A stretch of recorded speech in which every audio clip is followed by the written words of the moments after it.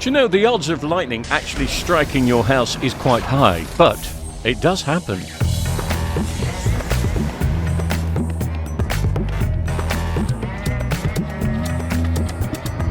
You'll be surprised how many electronic gadgets we get in, and of course on my side of things, how many televisions we get in that have come from households which have been struck by lightning. Now, let's just clarify what I mean when struck by lightning, because there can be just enough static electricity in the air which travels down your RF cable, and that can cause problems to television sets. It can wipe out main boards and sometimes take out power supplies.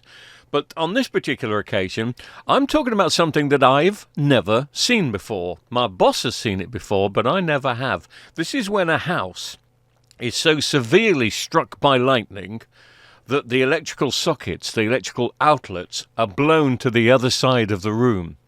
Now, this will mean, obviously, that your trip switch will go off, and you'll want to switch it back on again. Most of the time it could be classed as being safe, switching it back on, because electrics these days are safer than they've ever been before. But technically the first thing you must do if this ever happens to you is get in contact with your insurance company, because you could invalidate your insurance by trying to do some ad hoc things. And I'm just going to show you something that can happen if you decide to switch back on some of your electronics. So for instance, let's just say you have managed to get power back to your house and you've been told that it's safe, but you've got no TVs because they've all died. You've got no radio, you can't listen to anything, you've got no entertainment, and you don't want to wait. So you suddenly decide that you're going to plug back in your TV. Now, of course, nothing will happen straight away because more than likely, as of this TV that I've got in front of me here, the fuse will have blown in the plug. And that would have gone to just about every electrical item that you've plugged into your outlet. When we're talking about severe storms, of course, if your house has been a direct hit of hundreds of thousands, if not millions of volts, it will cause problems. But as inquisitive human beings, we're more than likely to start plugging some things in because we want to be able to watch the television. We want to listen to the radio. We want some entertainment back in our house, which smells of burnt toast. This is actually a bad thing to do. Now, as I said, the first thing which will happen if you plug back in your television is absolutely nothing, because the fuse would have blown. But finding a new fuse or finding a new power lead for your TVs these days is ridiculously easy, because just about every electronics device will run off some sort of figure-of-eight plug, so you've probably got 105 of them stuck in your kitchen drawer. You know, that drawer.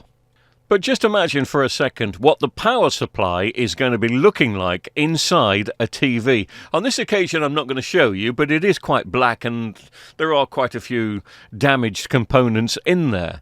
But if you get a live power lead and you plug it back into a TV which has had a power board that's had hundreds of thousands of volts sent through it, there's going to be a lot of melted components in there, and the 240 volts AC, which is the UK voltage, would be short circuit.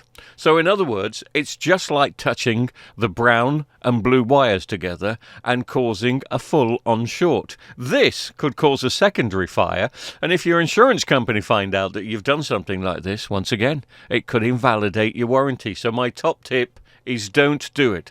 Once again, the first thing you must do is get in contact with your insurance company. They will send round an electrician and it gets sorted as quickly as possible. Never as quickly as you like it, but as quickly as possible. If you're not insured and your house has been severely struck by lightning, and once again I'm talking about electrical sockets, electrical outlets that have been blown to the other side of the room, you have to call an electrician. This is nothing that can be done on a DIY basis. So in front of me here, I've got a TCL 32 inch. It's just a basic, cheap enough smart television, but this has come from a house that's had serious lightning damage. They've given me their 3 TVs to repair, and I'm going to make mistake number 1. The first thing I do is plug in the TV, and I suddenly realise that it's completely dead. But just to be safe, I then decide to do what any one of us would do and find a figure-of-eight power lead that works. And then I plug it in, and so let's plug this one into the machine. Oh! And luckily, Because of today's modern electronics, all that's happened is it's tripped out the trip switch. But if you're plugging it into a house that's got severely damaged electrics, you never know that your trip switch is going to be working correctly. You can cause a fire, it can be a secondary problem, and as I say, it can invalidate your insurance. So please, be very careful. If you're trying to plug in electronics after a severe storm, they could be in short circuit mode, and that's going to cause you problems. Best leave the electronics to an electronics specialist and the electrics to an electrician. And just be patient and be safe.